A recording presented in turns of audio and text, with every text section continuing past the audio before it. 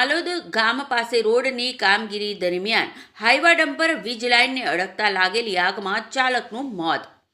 કરજણ તાલુકાના પાલેજ નારેશ્વર રોડ પર આજે એક હૃદયદ્રાવક અકસ્માત સર્જાયો હતો. માલોદ ગામ પાસે રોડના કામ દરમિયાન હાઈવા ડમ્પર વીજ વાયરને અડકી જતા જોરદાર કરંટ ઉતર્યો હતો. આ દુર્ઘટનામાં ડમ્પર આગની ચપેટમાં આવી ગયું હતું અને નીચે ઉતરવાનો પ્રયાસ કરી રહેલા ચાલકનું કરંટ લાગવાથી ઘટના સ્થળે જ કમકમાટી ભર્યું મોત નીપજ્યું હતું. મળતી માહિતી મુજબ કરજણના પાલેજ નારેશ્વર રોડ પર માલોદ ગામ નજીક હાલ રોડ બનાવવાની કામગીરી ચાલી રહી છે. આ કામગીરી દરમિયાન એક હાઈવા ડમ્પર માલ ઠાલવવા માટે તેનું પાછળનો ભાગ ઊંચું કરી રહ્યું હતું. એ સમયે ઉપરથી પસાર થતા હાઈ ટેન્શન વીજ લાઇનના વાયરો સાથે ડમ્પરનો ભાગ અડી ગયો હતો.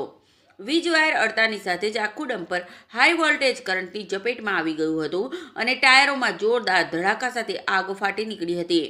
ડમ્પરની કેબિનમાં બેઠેલા ચાલકે જીવ બચાવવા માટે નીચે ઉતરવાનો પ્રયાસ કર્યો હતો, પરંતુ જેવો તેણે જમીન પર પગ મૂક્યો કે તરત જ શરીરમાં કરંટ પસાર થતાં તેનું સ્થળ પર જ મોત થયું હતું.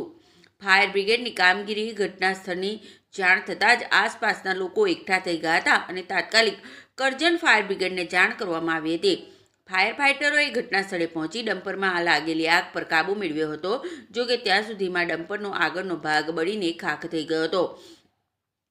સ્થાનિક પોલીસે ઘટના સ્થળે પહોંચી મૃતદેહને પોસ્ટમોર્ટમ માટે ખસેડવાની તજવીજ હાથ ધરી છે અને અકસ્માત અંગે વધુ તપાસ શરૂ કરી છે.